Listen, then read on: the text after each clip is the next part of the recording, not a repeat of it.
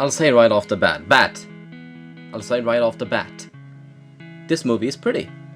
Malaysia is a gorgeous, colorful country, and its environment is utilized fantastically in every shot. Most found footage movies go for a sterile, bleak color scheme because it's supposed to be frightening. Even when everything is covered in blood, it's usually turned cold and subdued in post. Here, whether it's night or day, calm or storm, inside or outside, every frame pops like a firework. It's so pretty, I legitimately got an urge to go sometime. Even if I get torn up by a demon thing, it might be worth it. Problem is I'm scared of people, and there's plenty of those, so meh. As far as acting goes, everyone does a decent to good job. There's nothing to write home about, but overall I believe the characters probably felt the emotions the actors conveyed, with one glaringly hammy exception. The sound engineer and wannabe cameraman Vikran, played by Vikran Elangoven. I am going to assume the director, MS Premnath, only gave the actors a beat sheet and he simply didn't know how to improvise whatever it didn't tell him. Because every time he's on screen is some of the most awkward, stumbling pretty boys I have ever seen on screen.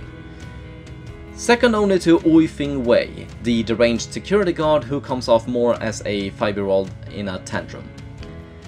The effects are pretty decent as well. The post-production is pretty haphazard and clearly meant to simulate file corruption. Because that's what all found footage movies do, isn't it? Don't need to have any rhyme or reason to, you just add some green pixels in there and it'll be creepy, don't have to think about it, no you fucking hacks, but no! No, the post-production isn't the best, but there is a surprising quality to the special effects of the film. I did not expect to see a full-on prosthetic demon chewing on what I hope are rubber bags covered in red corn syrup, and I was positively surprised to see that. But I've been skirting about the negatives for long enough.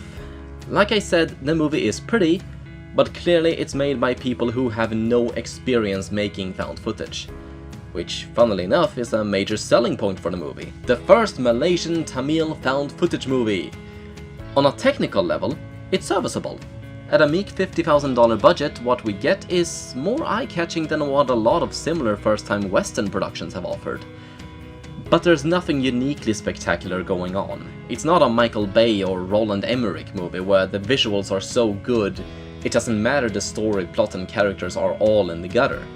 It needed a script to match the production, and unfortunately MS Premnath wrote this nonsense on dope.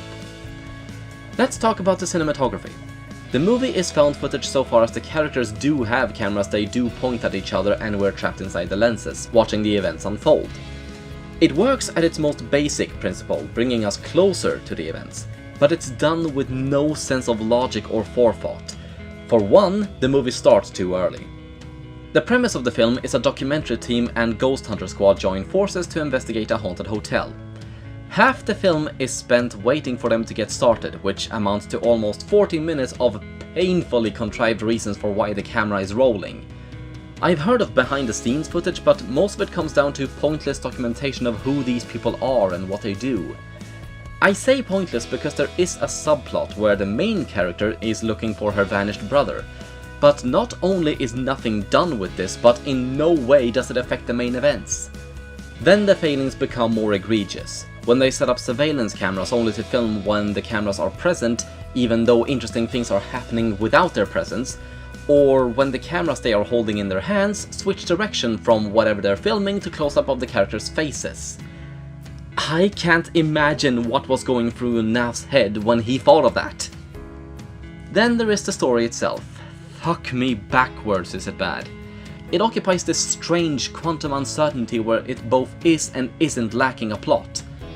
There is the thing with the main character, played by Punita Shanmugam, but like I said, it doesn't matter because it only works for a hook to get the team on location. With the team following a team of ghost hunters, that would have been enough to get them there. And it's quickly abandoned when they start dying in the hands of demonic forces anyway, only for them to find a mysterious cult is keeping them there, and now the movie boils down to watching them be picked off. There's not enough story to fill a petri dish, and yet it begins as if it's going somewhere and it slogs its way through an hour and 40 minutes of, sure, pretty shots, but mind-bendingly stupid characters doing mind-bendingly stupid things. These things wouldn't be out of place in an 80s style slasher cash-in, but this is found footage. It sticks out like an open fracture. IRUL Ghost Hotel is an atrocious movie with good production values.